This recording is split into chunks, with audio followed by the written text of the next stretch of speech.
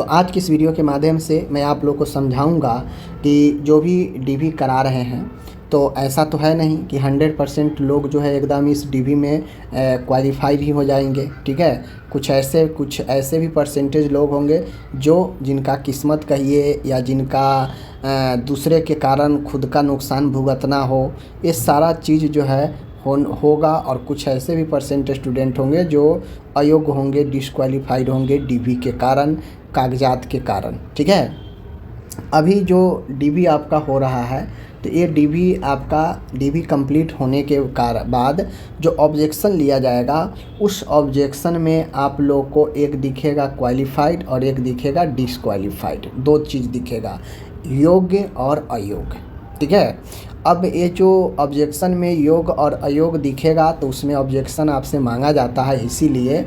क्योंकि आपको पता है अभी आपका जो डीवी चल रहा है उस डीवी में जिनका अगर कोई रिमार्क्स नहीं देता है, मतलब आपका सारा डीवी ठीक है, कोई दिक्कत नहीं है। ठीक है, अगर आपको रिमार्क्स दे दिया तो रिमार्क्स का क्या भूमिका होता है आज आपको पता चल जाएगा। ठीक है, अगर आपको एक रिमार्क्स दे दिया है, 2 रिमार्क्स दे दिया है, 3 रिमार्क्स दे दिया है, जितना भी रिमार्क्स दे दे, तो ये रिमार्क्स आप कैसे इसको हटा सकते हैं, इस रिमार्क्स को आप कैसे जो है दूर कर सकते हैं। रिमार्क्स का मतलब होता है कि आपको एक ऐसा धब्बा लगाया गया है जो धब्बा आप चाहें तो ऑब्जेक्शन के समय मिटा सकते हैं। लेकिन सबसे महत्वपूर्ण चीज़ यही हो जाता है कि जो डीवी के समय जो ऑब्जेक्शन आप पर लगा दिया गया है, ठीक है ना, जो आप पर रिमार्क्स लगा दिया गया है, उसके बिहाफ में आप कैसे उस रिमार्क्स को दूर कर सकते हैं ऑब्जेक्शन में, यही बड़ा मुश्किल हो जाता है। क्योंकि आप जो भी जिस आधार पर मान गए किसी का अगर NCL, ठीक है ना, किसी का अभी NCL पर अप्लाई किया, समझ गए, वह BC कैटेगरी में अप्लाई किया। ठीक है, अभी BC का मान गए 42 गया है कट ऑफ। ठीक है, वो अभी BC कैटेगरी में अप्लाई किया है, लेकिन जब वो डीवी में गया तो उसे पता चला कि उसका जो NCL सर्टिफिकेट है,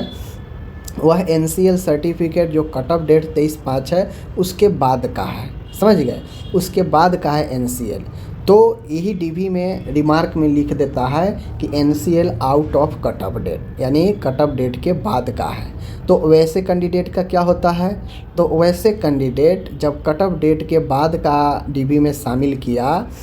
और फॉर्म में भी कट ऑफ डेट के बाद डाला, तो वैसे कैंडिडेट अब BC कैटेगरी के लिए एलिजिबल नहीं रहा। अब वो चला जाएगा कहाँ, जनरल कैटेगरी में, जनरल में, और जनरल का कट ऑफ कितना है, 54 है। तो मान गए कैंडिडेट जो अभी 42 में BC में योग्य था, क्योंकि अभी स्क्रूटनी हुआ नहीं है तो पता नहीं चला कि ये कट ऑफ डेट का बाद का है, डीवी में पता चला कि ये कट ऑफ डेट का बाद का है, तो उसे डीवी में रिमार्क दे दिया और उस रिमार्क के आधार पर जो है उसको ऑब्जेक्शन में उसको जो है अयोग्य दिखा दिया। अयोग्य क्यों दिखा दिया कि 42 पर गया BC के कट ऑफ, पहले वह डीवी के लिए एलिजिबल था, लेकिन जब डीवी में वह NCL out of cut off date दिखाया तो उसे जनरल में रख दिया गया, क्योंकि जब आप NCL नहीं देंगे तो जनरल में ही जाएंगे, और जनरल का कट ऑफ है 54, लेकिन कैंडिडेट का नंबर है 48 नंबर ही है, तो जनरल के लिए फेल हो गया,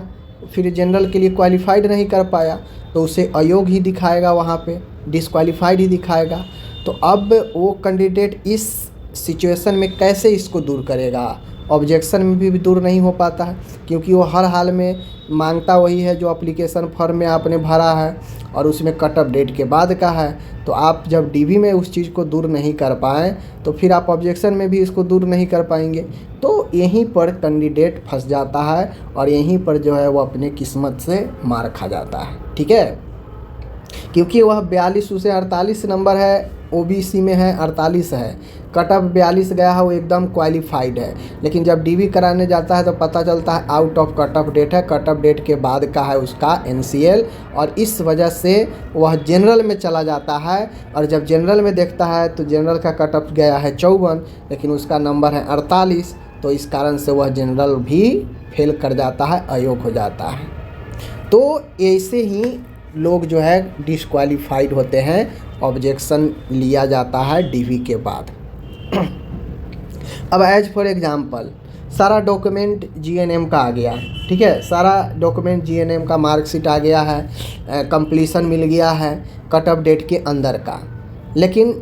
रजिस्ट्रेशन में देरी हो गई, ठीक है। और रजिस्ट्रेशन जो है डिप्लोमा जो है वह 23 के बाद का आया होगा, कुछ कैंडिडेट के 23 के बाद का आया होगा।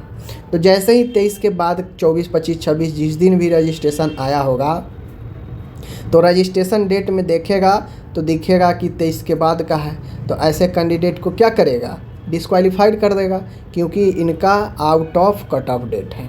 और दे देगा ऑब्जेक्शन में, रिमार्क्स में कि आपका इसमें यहाँ पे समस्या है, यदि आप चाहें तो अपने आपत्ति दर्ज कर सकते हैं। तो वैसे कैंडिडेट कहाँ से आपत्ति दर्ज कर पाएगा, ऑलरेडी वो भी खुद जान रहा है कि मेरा कट ऑफ डेट के बाद का रजिस्ट्रेशन है, सब चीज़ पहले का है लेकिन रजिस्ट्रेशन बाद का हो गया है। तो